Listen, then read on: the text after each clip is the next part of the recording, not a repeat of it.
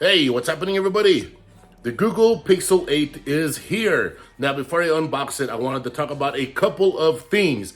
The first thing I wanted to talk about is the price of this. It's $100 more expensive than last year, but it's $100 less than an iPhone 15, and it's also $100 less than a Samsung Galaxy S23 Ultra.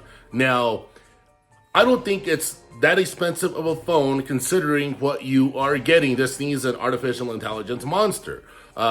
Also, another thing I wanted to talk about regarding the price of this phone, and I'll probably bring it up again in the unboxing, is they do not include a charger in the box.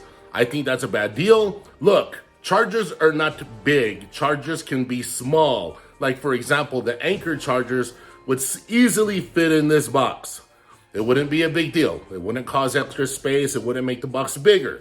But according to, all these companies now, they say they want to save the earth and all that other stuff. So whatever, that is what that is. I'm really, really excited to have my hands on this Pixel 8, especially because I gave my last Pixel recently here. I gave it to my nephew. So I've been Pixelless. So I've been like Pixelless in Seattle.